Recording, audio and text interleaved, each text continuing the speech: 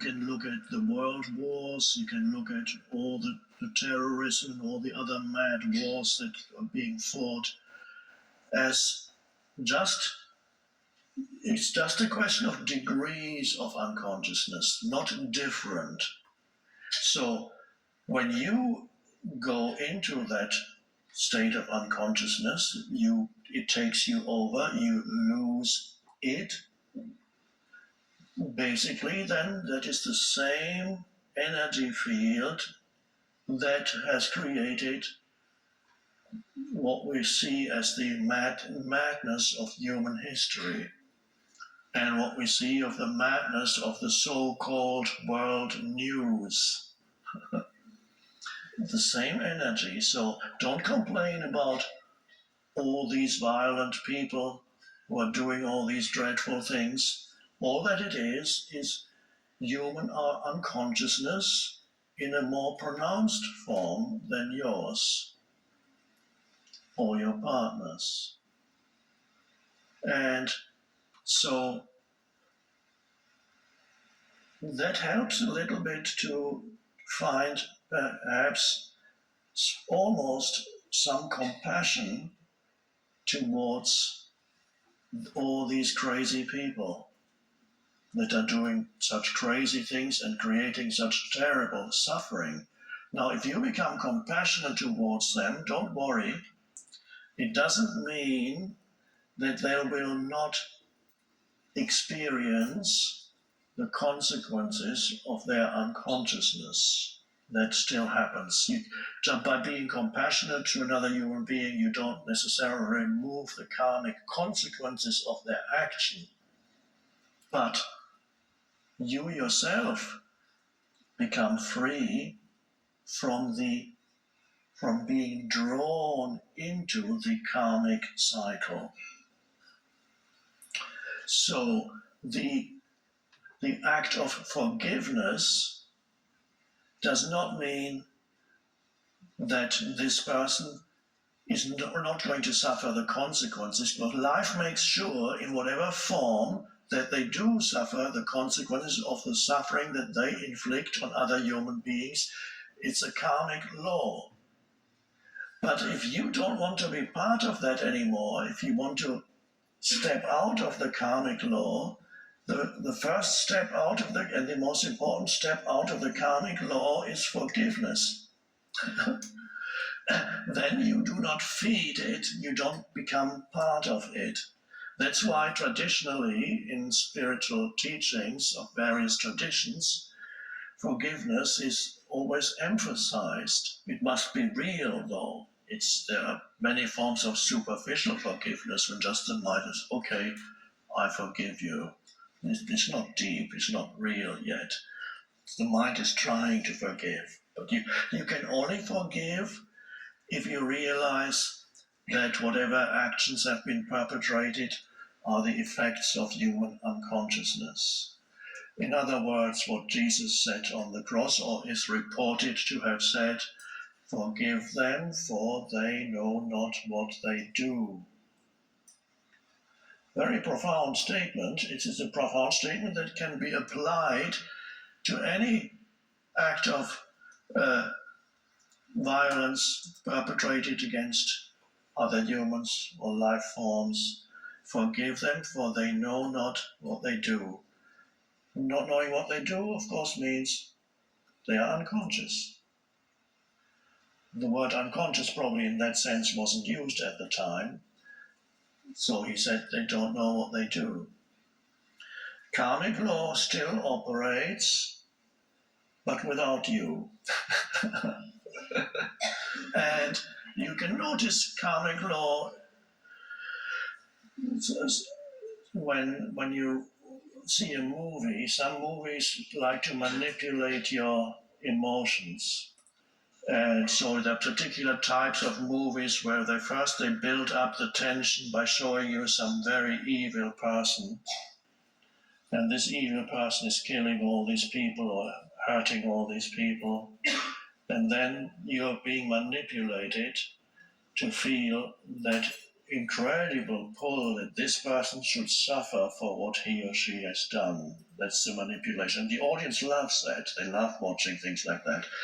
So then the emotion builds up. And finally, there are even some movies like the movies that about vigilantes who take justice in their own hands because the justice system doesn't deal with the criminals anymore. So finally you have this guy who goes out and kills all the bad guys.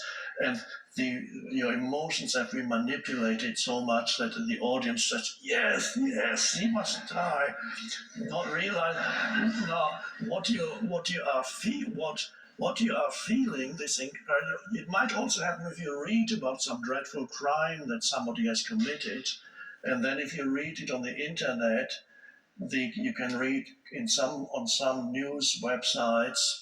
You can read the comment section, and in the comment section, on every other comment says, we should have the death penalty. He needs to, say, electric chair.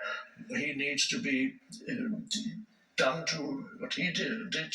They should do to him, and all these. And this is an enormous pressure that people feel inside, and this is connected to karmic law, because there's a compensatory factor in karmic law, and you can feel that as the pressure inside you, but it keeps you trapped in karma. So in that sense, watching these movies is not helpful because it keeps you trapped in that wheel of karma. So they don't teach forgiveness there.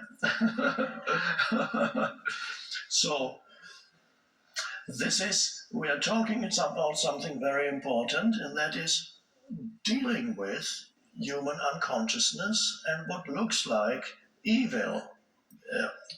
So there are many things that are quite dreadful.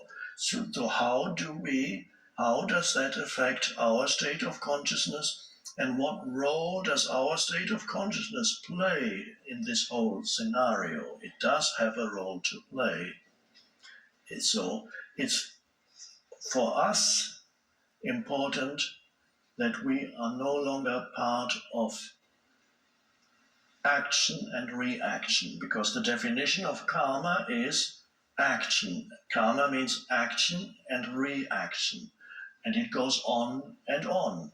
And as you can see in certain societies and so on, the karmic thing goes back centuries and centuries. The same grievance transmitted from one generation to the next and the next and the next, and they are all asleep.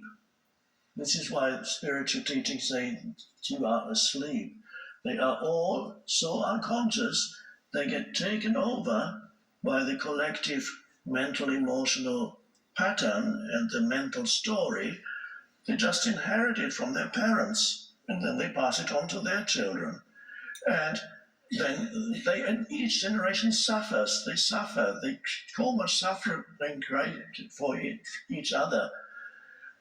And at some point, the suffering becomes almost unbearable for certain people within that society.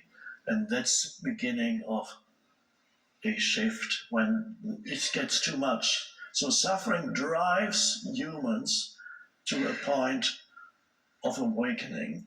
It's a strange paradox here is the suffering is created by the unconsciousness in humans, but in some strange way, eventually it wakes you up, it awakens you.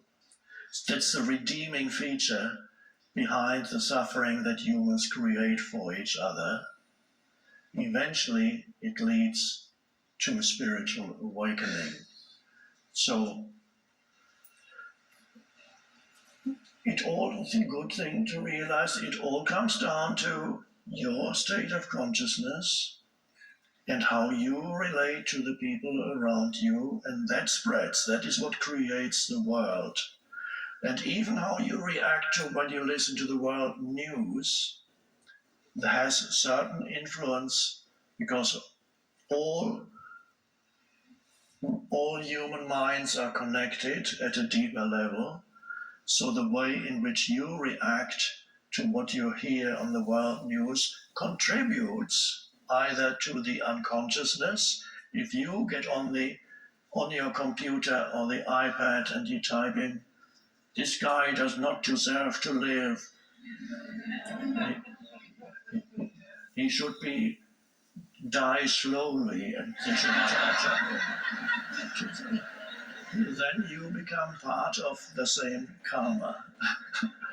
If you've ever done that, please forgive yourself.